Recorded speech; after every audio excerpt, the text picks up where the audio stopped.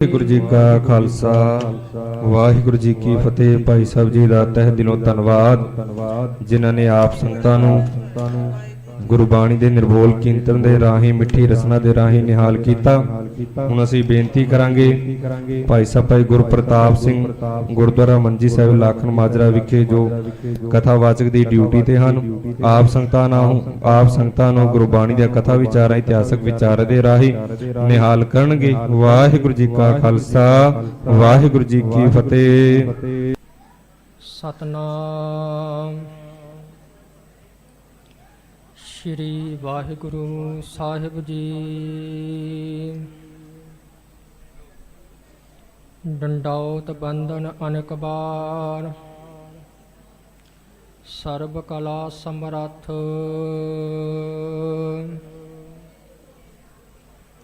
Dolan ते राखो प्रभु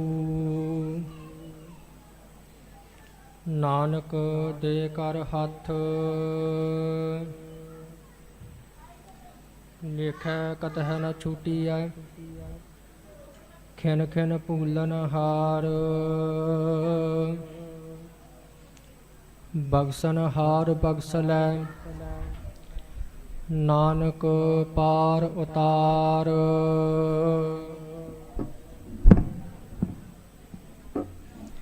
मूक उचरै शास्त्र खट पिंग गिरन चढ़ जाए। आंद लखै बदरो सुनै जो काल कृपा कराए। कहा बुद्ध प्रभ तुच्छ हमारी बरन सकै महिमा जो तिहारी। हम न सकत कर सिफत तुम्हारी आप लेहो तुम कथा सुधारी। सतनाम श्री वाहिगुरु साहिब जी। कत्यक कर्म कमावने दोष ना काहू जोग।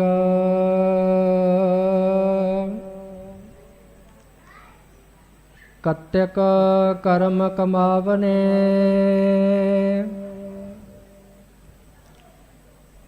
दोष ना काहू जोग।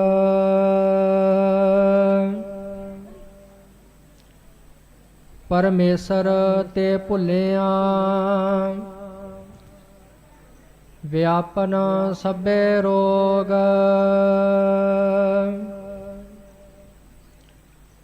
वेमुख होए राम ते लगन जन्म विजोग।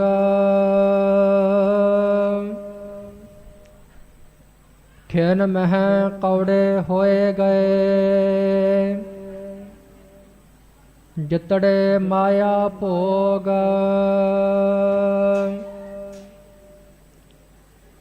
विच ना कोई कर सकै किस थै रोवह रोज। कीता किछु ना होवई लिखिया तुर संजोग।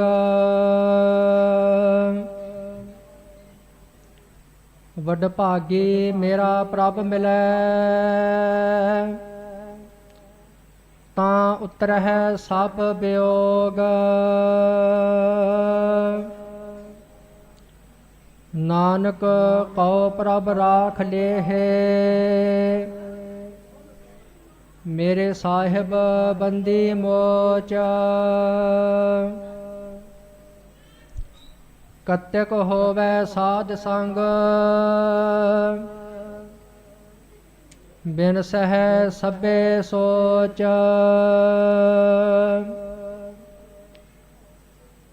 नानक कौ प्रभ राख लेहे मेरे साहिब बंदी मोच। ਕਤਿਕ ਹੋਵੇ ਸਾਧ ਸੰਗ ਬਿਨ ਸਹਿ ਸਭੇ ਸੋਚ ਕਤਿਕ ਕਰਮ ਕਮਾਵਨੇ ਪਰਮ ਸਨਮਾਨਯੋਗ ਸਤਿਗੁਰਾਂ ਦੀ ਸਾਜੀ ਔਰ ਨਿਵਾਜੀ ਹੋਈ ਗੁਰੂ ਖਾਲਸਾ ਸਾਧ ਸੰਗਤ ਜੀ, ਆਪ ਸੰਗਤਾਂ ਨੇ ਸਤਿਗੁਰਾਂ ਦੀ ਬਖਸ਼ੀ ਫਤਿਹ ਦਰ ਤੇ ਪ੍ਰਵਾਨ ਕਰਨੀ ਜੀ। ਸਭ ਸੰਗਤ ਗੱਜ ਕੇ ਬੋਲੋ ਜੀ, ਵਾਹਿਗੁਰੂ ਜੀ ਕਾ ਖਾਲਸਾ ਵਾਹਿਗੁਰੂ ਜੀ ਕੀ ਫਤਿਹ। ਸਤਿਗੁਰੂ ਪਤਿਤ ਪਾਵਨ ਭਗਤ ਵਛਲ ਕਿਰਪਾ ਦੇ ਖਜ਼ਾਨੇ, ਧੰਨ ਧੰਨ ਆਦਿ ਸ੍ਰੀ ਗੁਰੂ ਗ੍ਰੰਥ ਸਾਹਿਬ ਸੱਚੇ ਪਾਤਸ਼ਾਹ ਜੀ ਦੀ ਹਜ਼ੂਰੀ ਵਿੱਚ ਇਕੱਤਰ ਹੋਈ ਔਰ ਇਕੱਤਰ ਹੋਣ ਜਾ ਰਹੀ ਗੁਰੂ ਖਾਲਸਾ ਸਾਧ ਸੰਗਤ ਜੀ, ਆਪ ਸੰਗਤਾਂ ਨੂੰ ਪੂਰਨਮਾਸ਼ੀ ਦੇ ਦਿਹਾੜੇ ਦੇ ਉੱਪਰ ਸਤਿਗੁਰਾਂ ਦੇ ਪਾਵਨ ਅਸਥਾਨਾਂ ਦੇ ਦਰਸ਼ਨ ਕਰਨ ਦਾ ਸੁਭਾਗ ਪ੍ਰਾਪਤ ਹੋਇਆ। ਅੱਜ ਜੋ ਸੰਗਰਾਂਦ ਦਾ ਦਿਹਾੜਾ ਹੈ,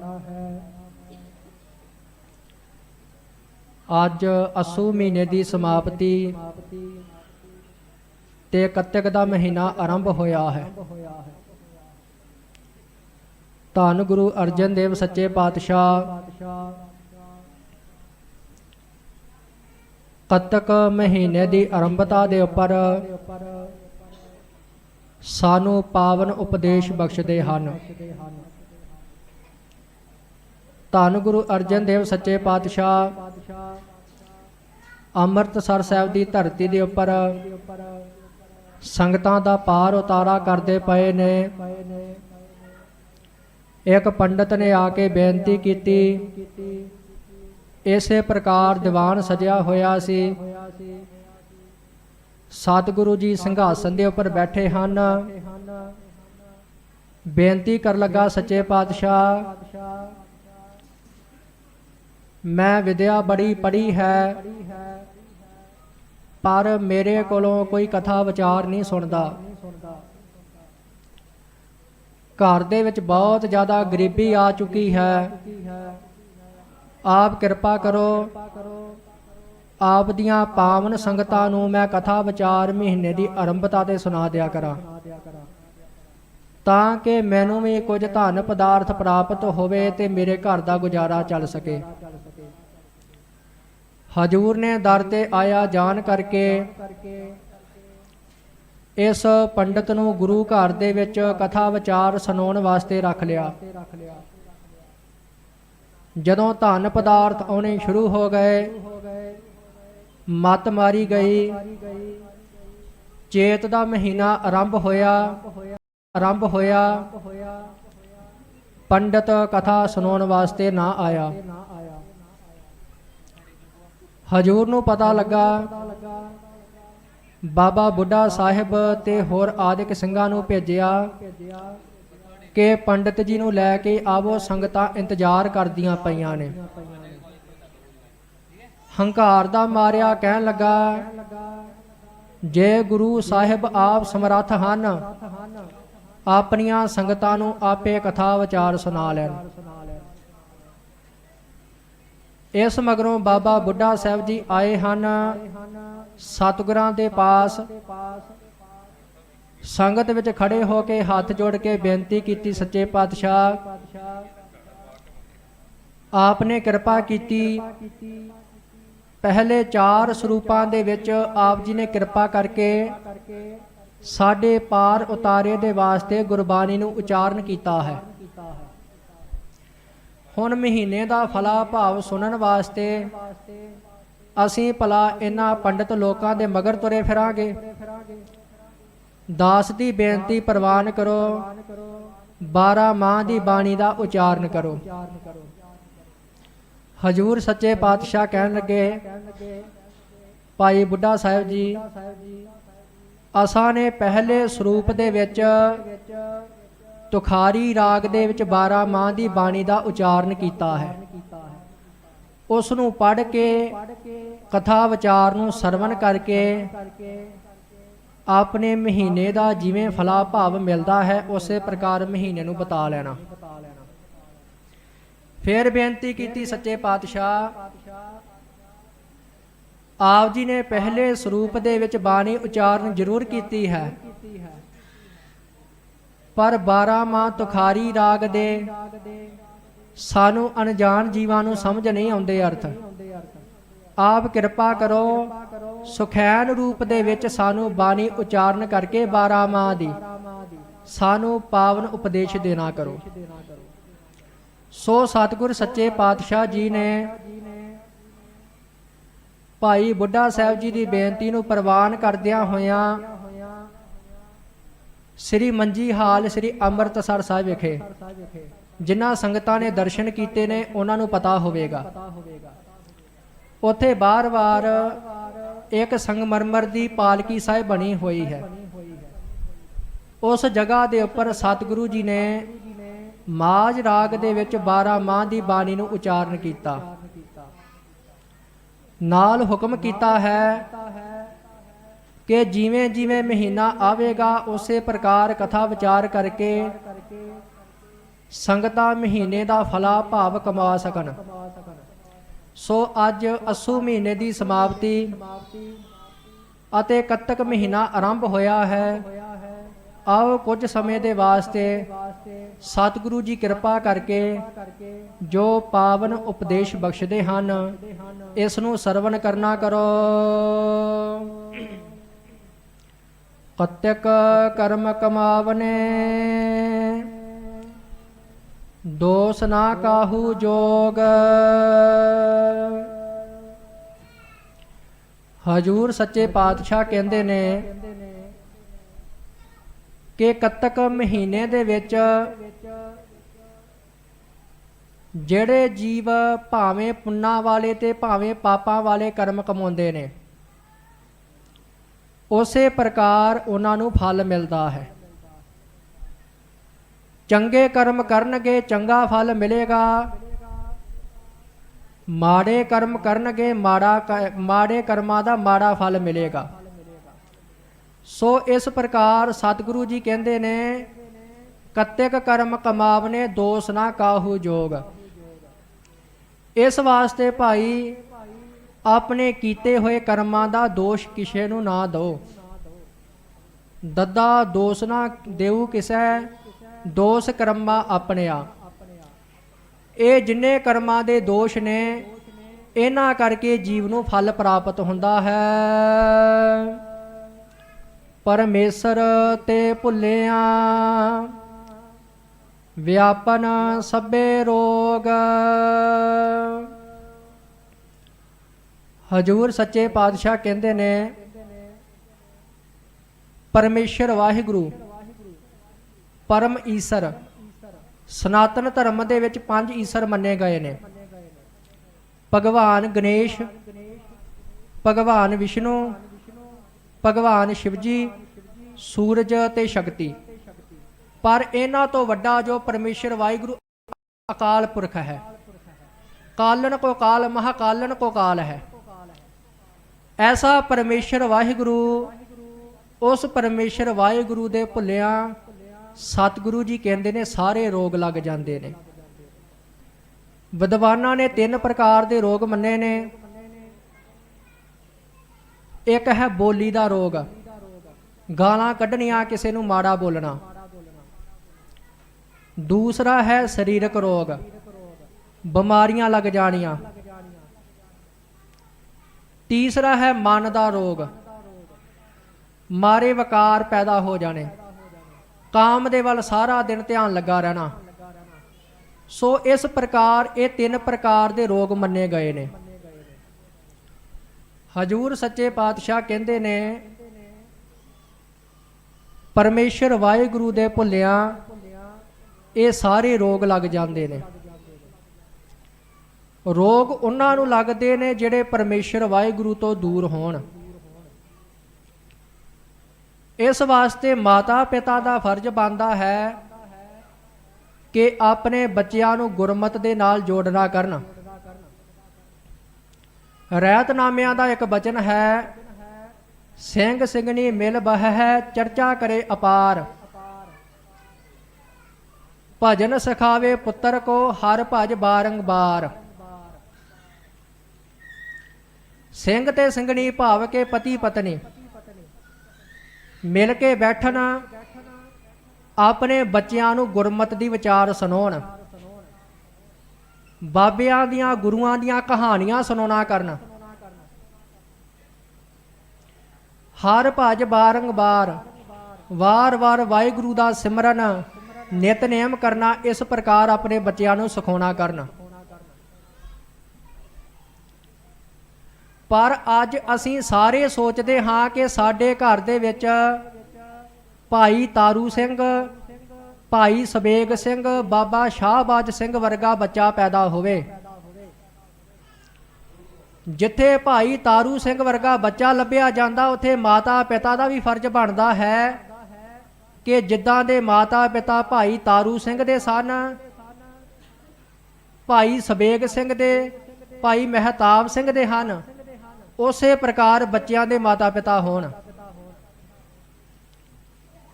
ਅੱਜ ਦੇ ਸਮੇਂ ਦੇ ਵਿੱਚ 95% ਉਹ ਲੋਕ ਨੇ ਸਿਰ ਤੇ ਦਸਤਾਰਾਂ ਬੰਨੀਆਂ ਹੁੰਦੀਆਂ ਨੇ, ਦਾੜੇ ਪ੍ਰਕਾਸ਼ ਹੁੰਦੇ ਨੇ, ਕਕਾਰ ਪਾਏ ਹੁੰਦੇ ਨੇ, ਪਰ ਗੁਰਬਾਣੀ ਦਾ ਨਿਤਨੇਮ ਨਹੀਂ ਹੈਗਾ, ਸਤਿਗੁਰਾਂ ਦੇ ਕਹੇ ਅਨੁਸਾਰ ਜੀਵਨ ਨਹੀਂ ਹੈਗਾ। ਵਿਆਹਾਂ ਦੇ ਉੱਪਰ ਨੱਚਣਾ, ਭੰਗੜੇ ਪਾਉਣੇ, ਇਹ ਗੁਰਮਤਿ ਦੇ ਬਿਲਕੁਲ ਉਲਟ ਹੈ। ਸਿੱਖ ਹੋਏ ਸੋ ਨੱਚੇ ਸੋ ਤਨਖਾਈਆ, ਇਹ ਸਤਿਗੁਰਾਂ ਦਾ ਪਾਵਨ ਬਚਨ ਹੈ। ਜਿਹੜਾ ਸਿੱਖ ਹੋ ਕੇ ਨੱਚਦਾ, ਉਹਨੂੰ ਭਲਾ ਆਪਣਾ ਗੁਰੂ ਕਿਵੇਂ ਚੇਤਾ ਰਵੇਗਾ। ਸ਼ਰਾਬਾਂ ਪੀਣੀਆਂ, ਨਸ਼ੇ ਕਰਨੇ, ਇਹ ਭਲਾ ਕਿੱਧਰ ਦੀ ਗੁਰਮਤਿ ਹੈ। ਵਿਦਵਾਨ ਮੰਨਦੇ ਨੇ ਕਿ ਜਿਹੜੀ ਸ਼ਰਾਬ ਹੈ, ਇਹ ਜਿਹੜੀ ਹੈ, ਇਹ ਸਭ ਤੋਂ ਵੱਧ ਸ਼ਾਕਾਹਾਰੀ ਮੰਨੀ ਗਈ ਸ਼ਰਾਬ, ਕਿਉਂਕਿ ਫੁੱਲਾਂ ਤੋਂ ਬਣਦੀ ਹੈ। ਪਰ ਗੁਰਮਤਿ ਨੇ ਹਰਾਮ ਕਿਹਾ ਸ਼ਰਾਬ ਨੂੰ। ਲੱਖਾਂ ਵਾਰ ਫੁੱਲਾਂ ਤੋਂ ਬਣਦੀ ਹੋਵੇ, ਅੰਗੂਰਾਂ ਤੋਂ ਬਣਦੀ ਹੋਵੇ, ਗੁੜ ਤੋਂ ਬਣਦੀ ਹੋਵੇ, ਪਰ ਜੇਕਰ ਸਤਿਗੁਰਾਂ ਨੇ ਮਨਾ ਕਰ ਦਿੱਤੀ, ਸਿੱਖ ਨੇ ਕਦੇ ਸ਼ਰਾਬ ਨਹੀਂ ਪੀਣੀ। 20ਵੀਂ ਸਦੀ ਦੇ ਮਹਾਨ ਜਰਨੈਲ ਸ਼੍ਰੀਮਾਨ ਸੰਤ ਗਿਆਨੀ ਜਰਨੈਲ ਸਿੰਘ ਖਾਲਸਾ ਪਿੰਡਰਾਂ ਵਾਲੇ, ਪਤਾ ਨਹੀਂ ਲੋਕ ਕਹਿੰਦੇ ਨੇ ਬੜਾ ਗਰਮ ਸੁਭਾਅ ਸੀ ਉਹਨਾਂ ਦਾ, ਪਰ ਗੁਰੂ ਦੇ ਪ੍ਰਤੀ ਸ਼ਰਧਾ, ਗੁਰੂ ਦੇ ਪ੍ਰਤੀ ਪਿਆਰ, ਇਹ ਹੱਦ ਤੋਂ ਵੱਧ ਕੇ। ਕਿਸੇ ਨੇ ਸਵਾਲ ਕੀਤਾ, ਮਹਾਂਪੁਰਖੋ ਗੁੜ ਖਾ ਲੈਂਦੇ ਹੋ? ਗੁੜ? ਕਹਿੰਦੇ ਹਾਂ ਭਾਈ ਪ੍ਰੇਮੀਆਂ ਗੁੜ ਖਾ ਲੈਂਦੇ ਆ। ਕਹਿੰਦੇ ਕਿ ਗੁੜ ਦੇ ਨਾਲ ਪਾਣੀ ਪੀ ਲਈਏ ਤਾਂ ਕੋਈ ਗੱਲ ਨਹੀਂ। ਮਹਾਂਪੁਰਖ ਕਹਿੰਦੇ ਭਾਈ ਪੀ ਲਿਆ ਕਰ, ਅੱਗੇ ਤੁਸੀਂ ਆਪ ਸਮਝ ਜਾਵੋ। ਕਹਿੰਦਾ ਗੁੜ ਖਾ ਸਕਦੇ ਹਾਂ, ਗੁੜ ਦੇ ਨਾਲ ਪਾਣੀ ਪੀ ਸਕਦੇ ਹਾਂ, ਫਿਰ ਭਲਾ ਸ਼ਰਾਬ ਕਿਉਂ ਨਹੀਂ ਪੀ ਸਕਦੇ? ਮਹਾਂਪੁਰਖ ਕਹਿਣ ਲੱਗੇ ਭਾਈ ਪੀ ਲਿਆ ਕਰ। ਮਹਾਂਪੁਰਖ ਕਹਿੰਦੇ ਭਾਈ ਪੀ ਲਿਆ ਕਰ ਸ਼ਰਾਬ ਨੂੰ। ਕਹਿੰਦੇ ਇੱਕ ਗੱਲ ਦਾ ਮੈਂ ਸਵਾਲ ਕਰਾਂ? ਆਂਦੇ ਜੀ ਕਰਨਾ ਕਰੋ। ਕਹਿੰਦੇ ਇੱਕ ਬੁੱਕ ਮਿੱਟੀ ਦੀ ਭਰ ਕੇ ਤੇਰੇ ਸਿਰ ਵਿੱਚ ਪਾਵਾਂ ਤੇ ਫਿਰ ਭਲਾ ਕੁਝ ਹੋਊ? ਕਹਿੰਦਾ ਨਹੀਂ ਜੀ। ਕਹਿੰਦੇ ਕਿ ਉਸੇ ਮਿੱਟੀ ਦੇ ਵਿੱਚ ਪਾਣੀ ਪਾ ਕੇ ਤੇਰੇ ਸਿਰ ਦੇ ਵਿੱਚ ਚੱਕੜ ਬਣਾ ਕੇ ਪਾਵਾਂ? ਕਹਿੰਦਾ ਅਸਰ ਤਾਂ ਕੋਈ ਨਹੀਂ ਹੋਣਾ, ਲੋਕੀ ਕਹਿਣਗੇ ਚੱਕੜ ਪਵਾਈ ਫਿਰਦਾ ਸਿਰ ਦੇ ਵਿੱਚ। ਮਹਾਂਪੁਰਖ ਕਹਿੰਦੇ ਉਸੇ ਮਿੱਟੀ ਦੇ ਵਿੱਚ ਪਾਣੀ ਪਾ ਕੇ ਇੱਟ ਬਣਾ ਕੇ ਤੇਰੇ ਸਿਰ ਦੇ ਵਿੱਚ ਮਾਰਾਂ ਤੇ ਫਿਰ? ਅੱਗੋਂ ਜਵਾਬ ਨਹੀਂ ਆਇਆ। ਹੱਥ ਜੋੜ ਕੇ ਕਹਿਣ ਲੱਗਾ ਮਹਾਂਪੁਰਖੋ ਇਹ ਮੂਰਖਾਂ ਵਾਲਾ ਸਵਾਲ ਮੇਰੇ ਤੋਂ ਇਲਾਵਾ ਕਿਸੇ ਨੇ ਨਹੀਂ ਸੀ ਕਰਨਾ, ਤੇ ਤੁਹਾਡੇ ਵਰਗਾ ਉੱਤਰ ਮੈਨੂੰ ਕਿਸੇ ਨੇ ਨਹੀਂ ਸੀ ਦੇਣਾ। ਮਹਾਂਪੁਰਖ ਕਹਿਣ ਲੱਗੇ ਭਾਈ ਜਿਵੇਂ ਮਿੱਟੀ ਦੇ ਵਿੱਚ ਤੇ ਉਸੇ ਮਿੱਟੀ ਦੀ ਬਣਾਈ ਹੋਈ ਇੱਟ ਦੇ ਵਿੱਚ ਫਰਕ ਹੈ, ਸੋ ਇਸੇ ਪ੍ਰਕਾਰ ਗੁੜ ਦੇ ਵਿੱਚ ਤੇ ਸ਼ਰਾਬ ਦੇ ਵਿੱਚ ਫਰਕ ਹੈ। ਗੁਰੂ ਦੇ ਸਿੱਖ ਨੇ ਕਦੇ ਸ਼ਰਾਬ ਨਹੀਂ ਪੀਣੀ। ਕਕਾਰ ਪਾ ਕੇ ਸਿਰ ਤੇ ਦਸਤਾਰ ਸਜਾ ਕੇ ਕਦੇ ਨਹੀਂ ਨੱਚਣਾ। ਜਿਹੜਾ ਨੱਚੇਗਾ ਉਹ ਤਨਖਾਹੀਆ ਹੋਵੇਗਾ, ਕਿਉਂਕਿ ਇਹਨਾਂ ਖੁਸ਼ੀ ਦੇ ਮੌਕਿਆਂ ਤੇ ਗੁਰੂ ਦਾ ਸਿੱਖ ਆਪਣੇ ਪਰਮੇਸ਼ਰ ਵਾਹਿਗੁਰੂ ਤੋਂ ਟੁੱਟ ਜਾਂਦਾ। ਹਜੂਰ ਸੱਚੇ ਪਾਤਸ਼ਾਹ ਕਹਿੰਦੇ ਨੇ ਪਰਮੇਸ਼ਰ ਤੇ ਭੁੱਲਿਆਂ ਵਿਆਪਨ ਸਭੇ ਰੋਗ। ਇਹਨਾਂ ਸਾਰੀਆਂ ਰੋਗਾਂ ਦਾ ਕਾਰਨ ਹੈ ਪਰਮੇਸ਼ਰ ਵਾਹਿਗੁਰੂ ਨੂੰ ਭੁੱਲ ਜਾਣਾ। ਗੁਰੂ ਨਾਨਕ ਨੂੰ ਮੰਨਣ ਵਾਲਿਓ, ਅਗਰ ਤੁਸੀਂ ਚਾਹੁੰਦੇ ਹੋ ਕਿ ਤੁਹਾਡੇ ਬੇਟੇ ਤੁਹਾਡੀਆਂ ਔਲਾਦਾਂ ਆਪਣੀ ਗੁਰਸਿੱਖੀ ਦੇ ਨਾਲ ਵਜੂਦ ਦੇ ਨਾਲ ਜੁੜੇ ਰਹਿਣ, ਇਹਨਾਂ ਨੂੰ ਗੁਰਬਾਣੀ ਪੜ੍ਹਾਇਆ ਕਰੋ। ਜਿਸ ਘਰ ਦੇ ਵਿੱਚ ਊੜਾ ਤੇ ਜੂੜਾ ਚਲਿਆ ਗਿਆ, ਉਸ ਘਰ ਦੇ ਵਿੱਚ ਕਦੇ ਗੁਰੂ ਨਾਨਕ ਸਾਹਿਬ ਦੀ ਕਿਰਪਾ ਨਹੀਂ ਵਰਤੇਗੀ। ਇਸ ਵਾਸਤੇ ਬੀਬੀਆਂ ਨੂੰ, ਭੈਣਾਂ ਨੂੰ ਇਹ ਬੇਨਤੀ ਹੈ ਕਿ ਆਪਣੇ ਪੁੱਤਰਾਂ ਦੇ, ਆਪਣੇ ਪੋਤਰਿਆਂ ਦੇ, ਦੋਤਰਿਆਂ ਦੇ ਕੇਸਾਂ ਨੂੰ ਕਦੇ ਕਤਲ ਨਾ ਕਰਾਇਆ ਕਰੋ। ਇਹਨਾਂ ਨੂੰ ਗੁਰਸਿੱਖੀ ਵਾਲੇ ਪਾਸੇ ਜੋੜੋ, ਗੁਰਬਾਣੀ ਵਾਲੇ ਪਾਸੇ ਜੋੜੋ, ਪਰ ਸਭ ਤੋਂ ਪਹਿਲਾਂ ਆਪਣੇ ਜੀਵਨ ਦਾ ਸੁਧਾਰ ਕਰੋ। ਨਹੀਂ ਦਾੜੀਆਂ ਬਣਾਉਣੀਆਂ, ਨਹੀਂ ਬਿਊਟੀ ਪਾਰਲਰਾਂ ਦੇ ਵਿੱਚ ਜਾ ਕੇ ਆਪਣੇ ਮੂੰਹਾਂ ਨੂੰ ਰੰਗਣਾ, ਇਹ ਗੁਰੂ ਦੇ ਸਿੱਖ ਦਾ ਕਰਮ ਨਹੀਂ। ਜਿਹੜਾ ਆਪਣੇ ਮਨ ਦੇ ਮਗਰ ਲੱਗਦਾ ਉਹ ਮਨਮੁਖ ਹੁੰਦਾ। ਮਨਮੁਖ ਨੂੰ ਕੋਈ ਸਿੰਘ ਨਹੀਂ ਲੱਗੇ ਹੁੰਦੇ। ਜਿਹੜਾ ਗੁਰੂ ਦਾ ਹੁਕਮ ਨਹੀਂ ਮੰਨਦਾ ਉਹ ਮਨਮੁਖ ਕਿਹਾ ਜਾਂਦਾ। ਇਸ ਵਾਸਤੇ ਸੱਚੇ ਪਾਤਸ਼ਾਹ ਕਹਿੰਦੇ ਨੇ ਪਰਮੇਸ਼ਰ ਤੇ ਭੁੱਲਿਆਂ ਵਿਆਪਨ ਸਭੇ ਰੋਗ। ਹੇ ਭਾਈ, ਉਸ ਪਰਮੇਸ਼ਰ ਵਾਹਿਗੁਰੂ ਦੇ ਭੁੱਲਿਆਂ ਜੀਵ ਨੂੰ ਸਾਰੇ ਰੋਗ ਲੱਗ ਜਾਂਦੇ ਹਨ। ਵੇਮੁਖ ਹੋਏ RAM ਤੇ ਲੱਗਣਾ ਜਨਮ ਵਿਜੋਗ। ਜਿਹੜੇ ਪਰਮੇਸ਼ਰ ਵਾਹਿਗੁਰੂ ਤੋਂ ਬੇਮੁਖ ਹੋ ਜਾਂਦੇ ਨੇ, ਕਈ ਜਨਮਾਂ ਦੇ ਵਿੱਚ ਉਹਨਾਂ ਦਾ ਪਾਰ ਉਤਾਰਾ ਨਹੀਂ ਹੁੰਦਾ। ਆਪ ਜੀ ਨੇ ਸਾਖੀ ਸਰਵਣ ਕੀਤੀ ਹੋਵੇਗੀ ਭਾਈ ਮੂਲੇ ਦੀ, ਕਿਉਂਕਿ ਗੁਰਬਾਣੀ ਦੇ ਵਿੱਚ ਇਤਿਹਾਸ ਦੀਆਂ ਕਥਾ ਵਿਚਾਰਾਂ ਇਸ ਵਾਸਤੇ ਦਸੀਆਂ ਜਾਂਦੀਆਂ ਨੇ, ਬਾਬਾਣੀਆਂ ਕਹਾਣੀਆਂ ਪੁੱਤ ਸਪੁੱਤ ਕਰੇਨ। ਇਹਨਾਂ ਬਾਬਿਆਂ ਦੀਆਂ, ਗੁਰੂਆਂ ਦੀਆਂ ਕਹਾਣੀਆਂ ਸਾਨੂੰ ਕਪੁੱਤਰਾਂ ਨੂੰ ਪੁੱਤਰ ਬਣਾਉਣ ਵਾਲੀਆਂ ਨੇ, ਪੁੱਤਰਾਂ ਤੋਂ ਵੱਧ ਕੇ ਸਪੁੱਤਰ ਬਣਾਉਣ ਵਾਲੀਆਂ ਨੇ। ਇਸ ਵਾਸਤੇ ਗੁਰਬਾਣੀ ਦੇ ਵਿੱਚ ਇਤਿਹਾਸ ਦੀਆਂ ਉਦਾਹਰਨਾਂ ਦਿੱਤੀਆਂ ਜਾਂਦੀਆਂ ਨੇ। ਭਾਈ ਮੂਲਾ ਸਿਆਲਕੋਟ ਦਾ ਰਹਿਣ ਵਾਲਾ, ਸਤਿਗੁਰੂ ਜੀ ਗਏ ਹਨ ਪਹਿਲੇ ਸਰੂਪ ਦੇ ਵਿੱਚ ਸਿਆਲਕੋਟ। ਦਰਵਾਜ਼ਾ ਖੜਕਾਇਆ, ਭਾਈ ਮੂਲਿਆ ਬਾਹਰ ਆ। ਇੱਕ ਆਵਾਜ਼ ਦਿੱਤੀ, ਕੋਈ ਜਵਾਬ ਨਾ ਆਇਆ। ਦੂਸਰੀ ਆਵਾਜ਼ ਦਿੱਤੀ, ਘਰ ਵਾਲੀ ਬੜੀ ਕਪੱਤੀ ਕਹਿਣ ਲੱਗੀ ਕਿ ਸਤਿਗੁਰੂ ਜੀ ਆਪ ਤੇ ਉਜੜੇ ਹੋਏ ਨੇ, ਤੈਨੂੰ ਉਜਾੜ ਦੇਣਗੇ। ਕਹਿਣ ਲੱਗੀ ਮਹਾਰਾਜ ਘਰ ਦੇ ਵਿੱਚ ਨਹੀਂ ਹੈਗਾ। ਹਜੂਰ ਸੱਚੇ ਪਾਤਸ਼ਾਹ ਕਹਿੰਦੇ ਨਹੀਂ ਹੈਗਾ ਤੇ ਫਿਰ ਨਹੀਂ ਹੈਗਾ।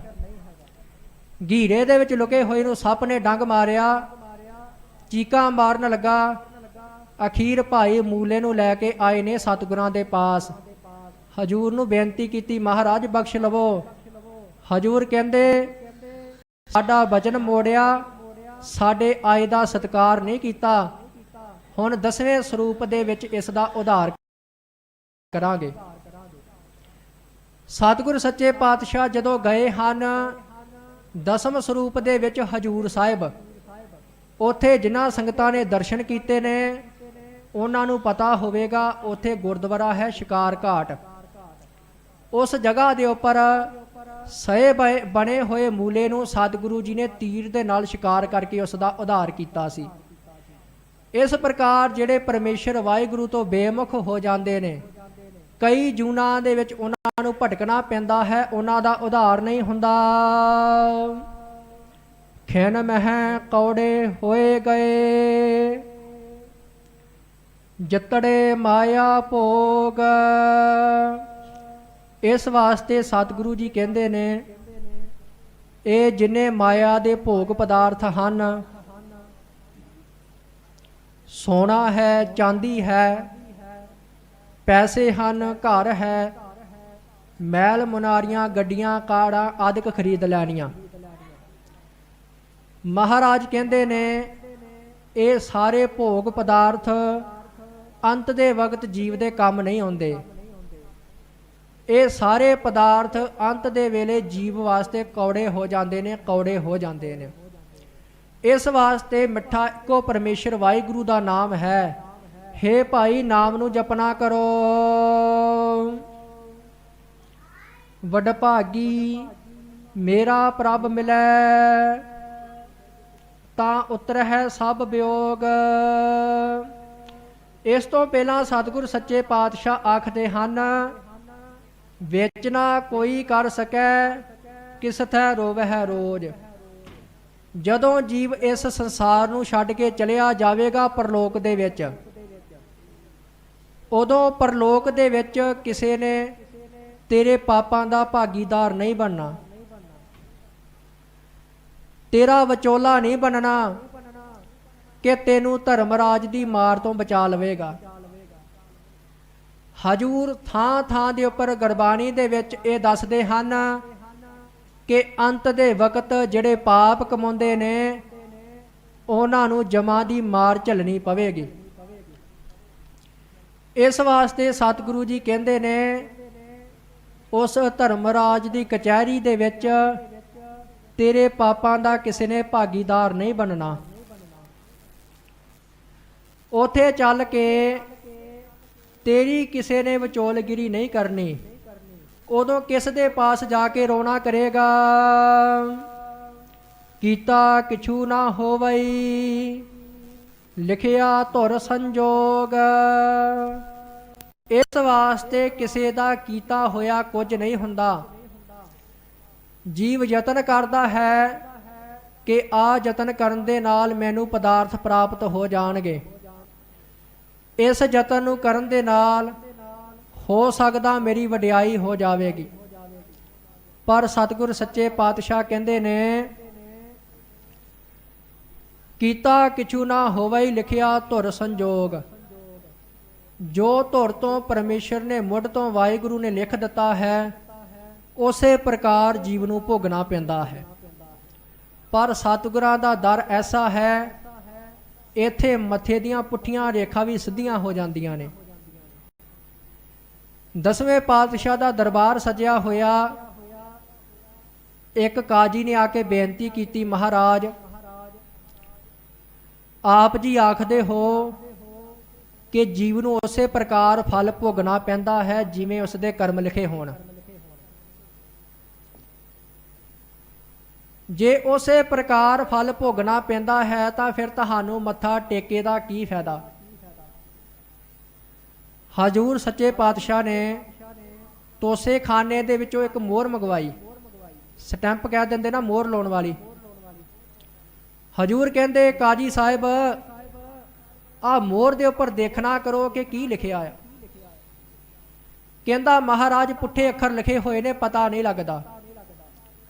ਮਹਾਰਾਜ ਨੇ ਸ਼ਾਹੀ ਮੰਗਵਾਈ, ਇੱਕ ਕਾਗਜ਼ ਮੰਗਵਾਇਆ। ਸ਼ਾਹੀ ਦੇ ਵਿੱਚ ਭਿਉਂ ਕੇ ਜਦੋਂ ਸਟੈਂਪ ਲਾਈ, ਅੱਖਰ ਸਿੱਧੇ ਹੋ ਕੇ ਕਾਗਜ਼ ਉੱਪਰ ਛਪ ਗਏ। ਹਜੂਰ ਕਹਿਣ ਲੱਗੇ, ਕਾਜੀ ਸਾਹਿਬ ਪਰਮੇਸ਼ਰ ਵਾਹਿਗੁਰੂ ਨੇ ਜੋ ਰੇਖਾਵਾਂ ਲਿਖੀਆਂ ਹੋਈਆਂ ਨੇ ਧੁਰ ਤੋਂ, ਉਹ ਹਨ ਇਸ ਪੁੱਠੇ ਅੱਖਰਾਂ ਦੀ ਨਿਆਈ। ਪਰ ਜਦੋਂ ਇਸ ਸਟੈਂਪ ਨੂੰ ਭਿਉਂ ਕੇ ਪੁੱਠਾ ਕਰਕੇ ਝੁਕਾ ਕੇ ਕਾਗਜ਼ ਦੇ ਉੱਪਰ ਸੁੱਟਿਆ ਗਿਆ, ਲਗਾਇਆ ਗਿਆ, ਅੱਖਰ ਸਿੱਧੇ ਹੋ ਗਏ। ਇਸੇ ਪ੍ਰਕਾਰ ਪਰਮੇਸ਼ਰ ਵਾਹਿਗੁਰੂ ਦੇ ਲਿਖੀਆਂ ਹੋਈਆਂ ਰਖਾਵਾਂ ਜਾਂ ਧੁਰ ਤੋਂ ਪਰਮੇਸ਼ਰ ਵਾਹਿਗੁਰੂ ਨੇ ਜੋ ਲਿਖਿਆ ਹੈ, ਉਹ ਇਹਨਾਂ ਪੁੱਠੇ ਅੱਖਰਾਂ ਦੀ ਨਿਆਈ ਹਨ। ਜਿਹੜਾ ਵੀ ਸਿੱਖ ਸਾਡੇ ਚਰਨਾਂ ਦੇ ਉੱਪਰ ਆ ਕੇ ਝੁਕਦਾ ਹੈ, ਅਸੀਂ ਉਸ ਦੀਆਂ ਪੁੱਠੀਆਂ ਰਖਾਵਾਂ ਨੂੰ ਸਿੱਧੀਆਂ ਕਰ ਦਿੰਦੇ ਹਾਂ, ਸੂਲੀ ਨੂੰ ਸੂਲ ਬਣਾ ਦਿੰਦੇ ਹਾਂ। ਇਸ ਪ੍ਰਕਾਰ ਦਾ ਗੁਰੂ ਨਾਨਕ ਸਾਹਿਬ ਦਾ ਘਰ ਹੈ। ਸਤਿਗੁਰ ਸੱਚੇ ਪਾਤਸ਼ਾਹ ਦੇ ਚਰਨਾਂ ਉੱਪਰ ਸੀਸ ਝੁਕਾਉਣ ਦੇ ਨਾਲ ਮਾੜੇ ਕਰਮ ਸਤਿਗੁਰੂ ਜੀ ਕਿਰਪਾ ਕਰਕੇ ਮਿਟ ਦਿੰਦੇ ਹਨ। ਵਡਭਾਗੀ ਮੇਰਾ ਪ੍ਰਭ ਮਿਲੈ, ਤਾਂ ਉਤਰਹਿ ਸਭੇ ਵਿਯੋਗ। ਸ਼ੁੱਧ ਭੂਮਾ ਰੂਪ ਪਰਮੇਸ਼ਰ ਵਾਹਿਗੁਰੂ ਸਤਿਗੁਰੂ ਜੀ ਕਹਿੰਦੇ ਨੇ ਵੱਡੇ ਭਾਗਾਂ ਦੇ ਸਦਕਾ ਪ੍ਰਾਪਤ ਹੁੰਦਾ ਹੈ। ਜਿਨ੍ਹਾਂ ਦੇ ਪੂਰਬਲੇ ਕਰਮ ਹੋਣ, ਪਰਾਲਬਧ ਚੰਗੀ ਹੋਵੇ, ਸਤਿਗੁਰੂ ਕਿਰਪਾ ਕਰਕੇ ਉਸ ਦੇ ਉੱਪਰ ਕਿਰਪਾ ਕਰ ਦਿੰਦੇ ਨੇ ਤੇ ਸਤਿਗੁਰੂ ਜੀ ਉਸ ਦਾ ਵਿਛੋੜੇ ਦਾ ਦੁੱਖ ਦੂਰ ਕਰ ਦਿੰਦੇ ਹਨ। ਮਹਾਰਾਜ ਜੀਆਂ ਦੇ ਪਾਸ ਪੁੱਛਿਆ ਸੀ ਨਾ ਸਿੱਖਾਂ ਨੇ, ਮਹਾਰਾਜ ਜਦੋਂ ਆਪ ਜੀ ਕਿਸੇ ਸਿੱਖ ਦੇ ਉੱਪਰ ਪ੍ਰਸੰਨ ਹੁੰਦੇ ਹੋ ਤਾਂ ਫਿਰ ਆਪ ਜੀ ਦੀ ਪ੍ਰਸੰਨਤਾ ਨੂੰ ਕਿਵੇਂ ਦੇਖ ਸਕਦੇ ਹਾਂ? ਮਹਾਰਾਜ ਕਹਿਣ ਲੱਗੇ, ਜਦੋਂ ਅਸੀਂ ਆਪਣੇ ਕਿਸੇ ਸਿੱਖ ਦੇ ਉੱਪਰ ਪ੍ਰਸੰਨ ਹੋਈਏ ਨਾ, ਅਸੀਂ ਉਸ ਨੂੰ ਚੜ੍ਹਦੀ ਕਲਾ ਵਾਲਾ ਅੰਮ੍ਰਿਤ ਧਾਰੀ ਜੀਵਨ ਬਖਸ਼ ਦਿੰਦੇ ਹਾਂ, ਰਹਿਤ ਵਿੱਚ ਪੂਰਾ ਬਾਣੀ ਦਾ ਨਿਤਨੇਮੀਆਂ ਬੜੀ ਚੜ੍ਹਦੀ ਕਲਾ ਵਾਲਾ ਜੀਵਨ ਬਖਸ਼ ਦਿੰਦੇ ਹਾਂ। ਪਰ ਸਤਿਗੁਰੂ ਸੱਚੇ ਪਾਤਸ਼ਾਹ ਜਦੋਂ ਆਪ ਜੀ ਨਾਰਾਜ਼ ਹੋਵੋ ਤੇ ਉਦੋਂ ਕਹਿੰਦੇ ਨੇ ਅਸੀਂ ਉਹਦੀ ਮੱਤ ਮਾਰ ਦਿੰਦੇ ਹਾਂ। ਬੜੇ ਵੇਖੇ ਨੇ ਵੱਡੇ ਵੱਡੇ ਵਿਦਵਾਨ, ਮੱਤ ਮਾਰੀ ਜਾਂਦੀ ਉਹਨਾਂ ਦੀ, ਗੁਰੂ ਦੀ ਨਿੰਦਿਆ ਕਰਨੀ ਸ਼ੁਰੂ ਕਰ ਦਿੰਦੇ ਨੇ, ਗੁਰੂ ਦੀ ਗੁਰਬਾਣੀ ਨੂੰ ਕੱਟਣਾ ਸ਼ੁਰੂ ਕਰ ਦਿੰਦੇ ਨੇ। ਇਸ ਪ੍ਰਕਾਰ ਦਾ ਉਹਨਾਂ ਕਲਯੁਗੀ ਜੀਵਾਂ ਦਾ ਸੁਭਾਅ ਬਣ ਜਾਂਦਾ। ਇਹ ਪਰਮੇਸ਼ਰ ਵਾਹਿਗੁਰੂ ਆਪ ਹੀ ਉਹਨਾਂ ਦੀ ਮੱਤ ਮਾਰ ਦਿੰਦਾ ਆ, ਕਿਉਂਕਿ ਗੁਰੂ ਤੋਂ ਬੇਮੁਖ ਹੋ ਚੁੱਕੇ ਹਨ ਐਸੇ ਲੋਕ। ਇਸ ਵਾਸਤੇ ਸਤਿਗੁਰ ਸੱਚੇ ਪਾਤਸ਼ਾਹ ਕਹਿੰਦੇ ਹਨ ਕਿ ਮੇਰਾ ਪਰਮੇਸ਼ਰ ਵਾਹਿਗੁਰੂ ਵੱਡੇ ਭਾਗਾਂ ਦੇ ਸਦਕਾ ਪ੍ਰਾਪਤ ਹੁੰਦਾ ਹੈ। ਤੇ ਜਿਨ੍ਹਾਂ ਨੂੰ ਪਰਮੇਸ਼ਰ ਵਾਹਿਗੁਰੂ ਪ੍ਰਾਪਤ ਹੋ ਜਾਵੇ, ਉਸ ਦੇ ਜਨਮਾਂ ਜਨਮਾਂ ਦੇ ਵਿਜੋਗ ਸਤਿਗੁਰੂ ਕਿਰਪਾ ਕਰਕੇ ਦੂਰ ਕਰ ਦਿੰਦੇ ਹਨ। ਨਾਨਕ ਕਉ ਪ੍ਰਭ ਰਾਖ ਲੇਹੇ, ਮੇਰੇ ਸਾਹਿਬ ਬੰਦੀ ਮੋਚ। ਨਾਨਕ ਨਾਮ ਦੀ ਮੋਹਰ ਲਾ ਕਰਕੇ ਪੰਜਵੇਂ ਪਾਤਸ਼ਾਹ ਆਖਦੇ ਹਨ, ਹੇ ਮੇਰੇ ਪਰਮੇਸ਼ਰ ਵਾਹਿਗੁਰੂ ਕਿਰਪਾ ਕਰਕੇ ਸਾਨੂੰ ਰੱਖ ਲੈਣਾ ਕਰੋ, ਮੇਰੇ ਗੁਰਸਿੱਖਾਂ ਨੂੰ ਰੱਖ ਲੈਣਾ ਕਰੋ, ਮੇਰੇ ਸੱਜਣਾ ਨੂੰ, ਮੇਰੇ ਪਿਆਰਿਆਂ ਨੂੰ ਕਿਰਪਾ ਕਰਕੇ ਰੱਖ ਲੈਣਾ ਕਰੋ। ਆਪ ਜੀ ਸਾਹਿਬ ਨਾ ਮਾਲਕ ਹੋ, ਸਾਡੇ ਮਾਲਕ ਹੋ ਮਹਾਰਾਜ, ਸਾਡੀ ਬੰਦ ਖਲਾਸੀ ਕਰ ਦੇਵੋ। ਹਜੂਰ ਨਾਨਕ ਸੱਚੇ ਪਾਤਸ਼ਾਹ ਜੀ ਨੇ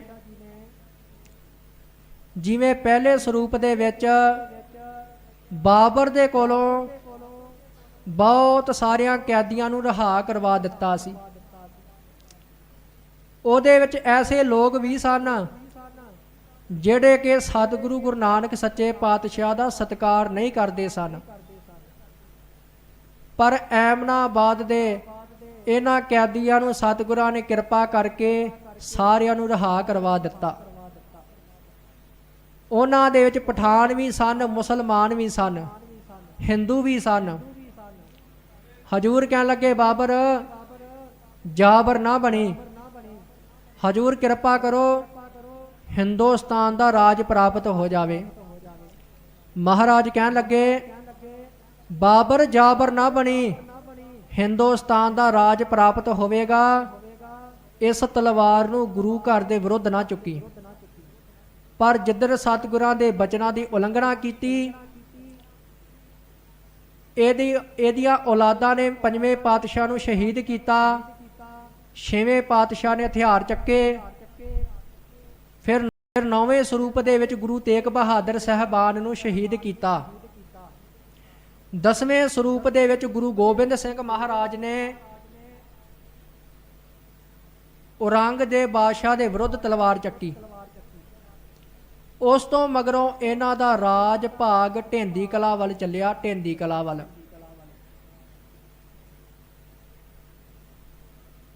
ਗੱਦੀ ਦੇ ਲਾਲਚ ਦੇ ਵਾਸਤੇ ਪੁੱਤਰ ਪਿਓ ਨੂੰ ਕੈਦ ਕਰਦਾ ਪਿਆ, ਭਰਾਵਾਂ ਦਾ ਕਤਲ ਕਰਦਾ ਪਿਆ। ਕਾਰਨ ਕੀ ਬਣਿਆ ਕਿ ਸਤਿਗੁਰਾਂ ਦਾ ਬਚਨ ਨਹੀਂ ਮੰਨਿਆ। ਸਤਿਗੁਰਾਂ ਨੇ ਆਖਿਆ ਸੀ ਬਾਬਰ ਜਾਬਰ ਨਾ ਬਣੇ, ਅੱਜ ਇਹਦਾ ਘਰ ਜਾਬਰ ਬਣ ਗਿਆ।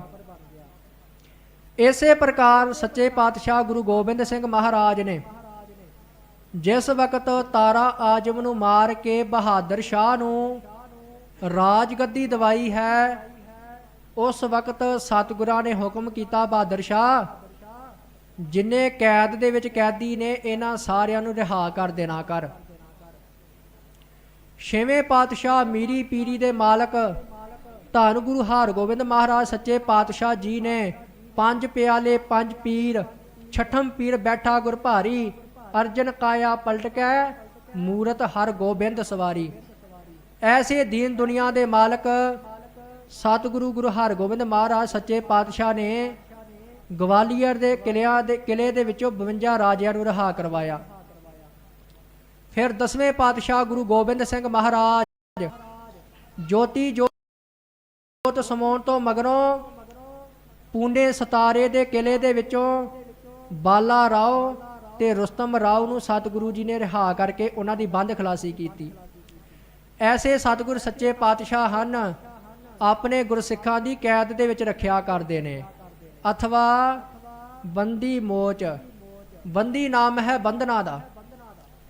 ਸੱਚੇ ਪਾਤਸ਼ਾਹ ਸਾਡੇ ਉੱਪਰ ਬੰਧਨ ਪਏ ਹੋਏ ਨੇ ਮਾਇਆ ਦੇ। ਪਰਿਵਾਰ ਦਾ ਮੋਹ ਹੈ, ਧਨ ਦਾ ਲਾਲਚ ਹੈ, ਈਰਖਾ ਹੈ, ਕਾਮ ਕ੍ਰੋਧ ਲੋਭ ਮੋਹ ਹੰਕਾਰ ਡੇਰੇ ਲਾ ਕੇ ਬੈਠੇ ਹੋਏ ਨੇ। ਹੇ ਸੱਚੇ ਪਾਤਸ਼ਾਹ ਇਹ ਸਾਨੂੰ ਬੰਧਨ ਪਏ ਹੋਏ ਨੇ, ਕਿਰਪਾ ਕਰੋ ਸਾਡੀ ਬੰਦ ਖਲਾਸੀ ਕਰਕੇ ਸਾਨੂੰ ਮੋਚਨਾ ਮੁਕਤੀ ਦੇਣਾ ਕਰੋ। ਕਤਕ ਹੋਵੇ ਸਾਧ ਸੰਗ ਬਿਨ ਸਹਿ ਸਭੇ ਸੋਚ। ਇਸ ਵਾਸਤੇ ਸੱਚੇ ਪਾਤਸ਼ਾਹ ਗੁਰੂ ਅਰਜਨ ਦੇਵ ਮਹਾਰਾਜ ਕਹਿੰਦੇ ਨੇ ਮੇਰੇ ਗੁਰਸਿੱਖੋ, ਗੁਰੂ ਨਾਨਕ ਸਾਹਿਬਾਨ ਨੂੰ ਮੰਨਣ ਵਾਲਿਓ, ਸਤਿਗੁਰਾਂ ਦੇ ਚਰਨਾਂ ਉੱਪਰ ਸੀਸ ਝੁਕਾਉਣ ਵਾਲਿਓ, ਤੁਹਾਨੂੰ ਇੱਕ ਹੁਕਮ ਕਰਦੇ ਹਾਂ। ਉਹ ਹੁਕਮ ਕੀ ਹੈ? ਕੱਤਕ ਹੋਵੇ ਸਾਧ ਸੰਗ, ਕਿ ਇਸ ਕੱਤਕ ਦੇ ਮਹੀਨੇ ਦੇ ਵਿੱਚ ਸਾਧੂਆਂ ਦੀ ਸੰਗਤ ਕਰੋ। ਸਾਧੂ ਕਿਹੜੇ ਨੇ? ਜਿਨ੍ਹਾਂ ਨੇ ਆਪਣੇ ਮਨ ਨੂੰ ਸਾਧਿਆ ਹੋਇਆ। ਉਹ ਹਨ ਗੁਰੂ ਦੇ ਪਿਆਰੇ ਸਿੱਖ, ਜਿਨ੍ਹਾਂ ਨੇ ਬਾਣੀ ਤੇ ਬਾਣੇ ਨੂੰ ਆਪਣੇ ਜੀਵਨ ਦਾ ਆਧਾਰ ਮੰਨਿਆ ਹੋਇਆ। ਸਤਿਗੁਰਾਂ ਦੇ ਨਾਲ ਪ੍ਰੇਮ ਕਰਦੇ ਨੇ, ਸਤਿਗੁਰਾਂ ਦੇ ਹੁਕਮ ਦੇ ਉਲਟ ਨਹੀਂ ਜਾਂਦੇ। ਨਿਸ਼ਚਾ ਹੈ ਗੁਰਬਾਣੀ ਦੇ ਉੱਪਰ। ਸਤਿਗੁਰਾਂ ਨੇ ਹੁਕਮ ਕੀਤਾ ਸੀ ਆਗਿਆ ਭਈ ਅਕਾਲ ਕੀ, ਤਬੀ ਚਲਾਇਓ ਪੰਥ, ਸਭ ਸਿੱਖਣ ਕੋ ਹੁਕਮ ਹੈ ਗੁਰੂ ਮਾਨਿਓ ਗ੍ਰੰਥ। ਜਿਹੜੇ ਸਤਿਗੁਰਾਂ ਦੇ ਬਚਨਾਂ ਦੇ ਉੱਪਰ ਪ੍ਰਪੱਕ ਹਨ, ਗੁਰੂ ਗ੍ਰੰਥ ਸਾਹਿਬ ਤੋਂ ਇਲਾਵਾ ਕਿਸੇ ਦੇਹ ਧਾਰੀਏ ਪਖੰਡੀਏ ਨੂੰ ਮੜੀ ਮੱਟ ਨੂੰ ਆਪਣਾ ਇਸ਼ਟ ਜਾਣ ਕੇ ਮੱਥਾ ਨਹੀਂ ਟੇਕਦੇ। ਅੱਜ ਸਾਡਾ ਗੁਰੂ ਹੈ ਤਾਂ ਗੁਰੂ ਗ੍ਰੰਥ ਸਾਹਿਬ ਹਨ। ਭਾਵੇਂ ਕੋਈ ਗੱਦੀ ਲਾ ਕੇ ਬੈਠਾ, ਜਿੱਡਾ ਮਰਜ਼ੀ ਆਪਣੇ ਆਪ ਨੂੰ ਗੁਰੂ ਅਖਵਾਉਂਦਾ, ਉਹ ਗੁਰੂ ਗ੍ਰੰਥ ਸਾਹਿਬ ਦੇ ਬਰਾਬਰ ਕਦੇ ਨਹੀਂ ਹੋ ਸਕਦਾ। ਸਿੱਖ ਦਾ ਸਿਰ ਝੁਕੇ ਤਾਂ ਗੁਰੂ ਗ੍ਰੰਥ ਸਾਹਿਬ ਦੇ ਅੱਗੇ ਝੁਕੇ। ਇਹ ਬਚਨ ਜਿਨ੍ਹਾਂ ਗੁਰਮੁਖਾਂ ਨੇ ਕਮਾਇਆ ਹੈ, ਸਤਿਗੁਰਾਂ ਨੇ ਆਖਿਆ ਹੈ ਆਤਮਾ ਪੰਥ ਵਿੱਚ, ਸਰੀਰ ਗ੍ਰੰਥ ਵਿੱਚ। ਇਸ ਸ਼ਬਦ ਦੇ ਉੱਪਰ ਸਤਿਗੁਰਾਂ ਦੇ ਕਹੇ ਹੋਏ ਹੁਕਮ ਦੇ ਉੱਪਰ ਨਿਸ਼ਚਾ ਕਰਦੇ ਨੇ।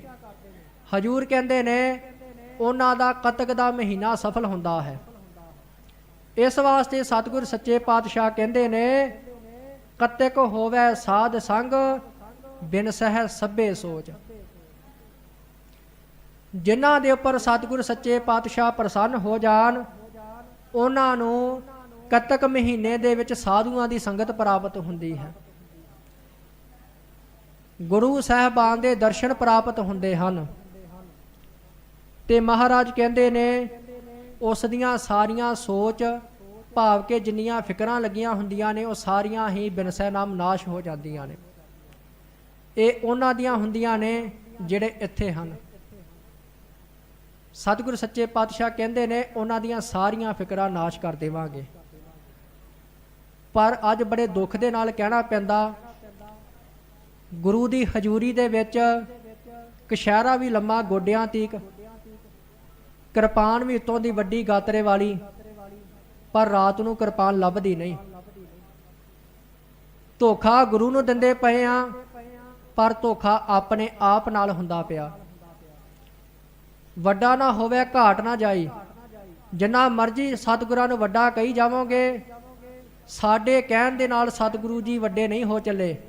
ਕੋਈ ਗਾਲਾਂ ਕੱਢੀ ਜਾਊਗਾ, ਸਤਿਗੁਰਾਂ ਦਾ ਵਿਗੜਨਾ ਕੁਝ ਨਹੀਂ, ਪਰ ਮਨੁੱਖ ਦੇ ਪੱਲੇ ਕੁਝ ਨਹੀਂ ਰਹਿਣਾ। ਇਸ ਵਾਸਤੇ ਸਤਿਗੁਰਾਂ ਦੇ ਚਰਨਾਂ ਵਿੱਚ ਅਰਦਾਸ ਬੇਨਤੀ ਕਰੀਏ, ਸੱਚੇ ਪਾਤਸ਼ਾਹ ਦੱਸੇ ਹੋਏ ਉਪਦੇਸ਼ ਦੇ ਅਨੁਸਾਰ ਮਹੀਨਾ ਬਤਾਉਣ ਦੀ ਸਮਰੱਥਾ ਬਖਸ਼ ਕਰਕੇ ਨਿਹਾਲ ਕਰਨ। ਇੱਥੇ ਕਥਾ ਵਿਚਾਰ ਦੀ ਸਮਾਪਤੀ ਹੈ। ਨਾਨਕ ਕਉ ਪ੍ਰਭ ਰਾਖ ਲੇਹੇ, ਮੇਰੇ ਸਾਹਿਬ ਬੰਦੀ ਮੋਚ। ਕਤਿਕ ਹੋਵੇ ਸਾਧ ਸੰਗ, ਬਿਨ ਸਹਿ ਸਭੇ ਸੋਚ। ਵਾਹਿਗੁਰੂ ਜੀ ਕਾ ਖਾਲਸਾ, ਵਾਹਿਗੁਰੂ ਜੀ ਕੀ ਫਤਿਹ।